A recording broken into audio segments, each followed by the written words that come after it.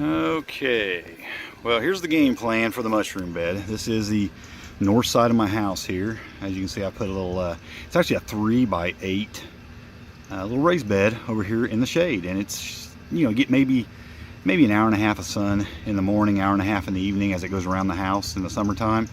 But what I've done here is I've got the bed built. I put down about 2 to 3 inches of mulch in the bottom of the bed, and I've been soaking this. There's a little bit of mulch and mostly hay and straw mix in this little kiddie pool here, and I've been soaking it in water for about 6 days, so it's good and saturated.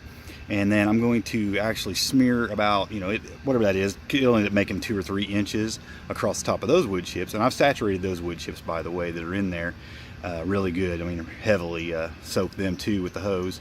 And I'm gonna smear these around about 3 inches deep over the top of that.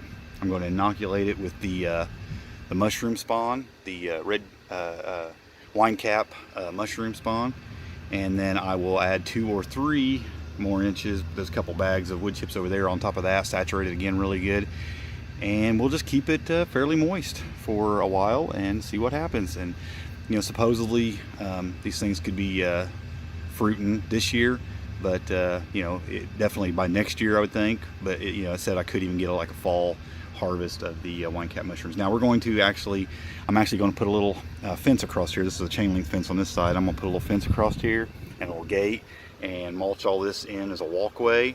And I'm going to put some I want to plant something back there. I'm thinking I'm gonna move the rhubarb back to that, around that corner of that fence there, because it's not doing real well over there in full sun. So I'm thinking about trying some rhubarb over on this side of the house, see how it does, because I've heard people have pretty good luck with it in the shade. So I'm gonna actually put that down there, mulch this pathway, put a little fence and gate across here. And the reason I want to do that is because I don't want my dog trotting around in that, and I have a feeling she'll just crush the walk around and crush mushrooms as they start to fruit. So that's the game plan. I'll show you when it's all done. Well, another little update here as I spread that. You can see that was really good and nearly fermented wet straw and mulch mix that I put over the top of that first layer. And here's the wine cap mushroom, the Stropharia rugosa.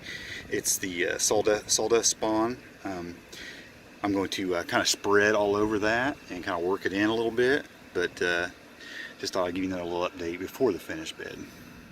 Okay, well, okay, it looks like we're done now. I put a little, yeah, I got a mess going on here because I just finished up, but I'm gonna have a little mulch trail. I'm actually gonna come off my deck at my greenhouse, come across this trail and mulch over to this gate, and put a little gate here. I had my little makeshift latch because I didn't have any latches, and I ain't quite done with everything yet. I gotta, like I said, mulch out a little bit further. But this is the mushroom bed with the wine cap mushrooms.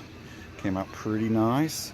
This is just going to be a little mulch pathway here, just because I don't want to have to mow or anything in here. And that actually right there is some ground I prepared, and I planted some rhubarb crowns in there because I had rhubarb on the other side. Just wasn't doing good at all. Everybody thought it had too much sun, and the pH was off. So I put a little bit of peat moss in there and kind of worked that soil a little bit. And the reason I thought that might be a good spot was because the other side of the house is really sunny, but also there's a gate there that keeps like my grandkids from being around and stuff, and I don't want my little grandkids being up around the rhubarb because the leaves are poisonous, so I didn't want that. But I actually made that little fence there out of pallet wood just because there's a chain link there, but I wanted a little bit of privacy right here for this little garden area. And anyway, I wanted to put a gate here, and for the grandkids, so they wouldn't be able to get in there, or my dog get in there and walk around on top of the mushrooms and stuff like that once they start fruiting. But that's the little dead space that I had before is now a little garden area for mushrooms, and hopefully some rhubarb will pop up there, and who knows, maybe something else will find its way in there before it's over with. All right, thanks for watching.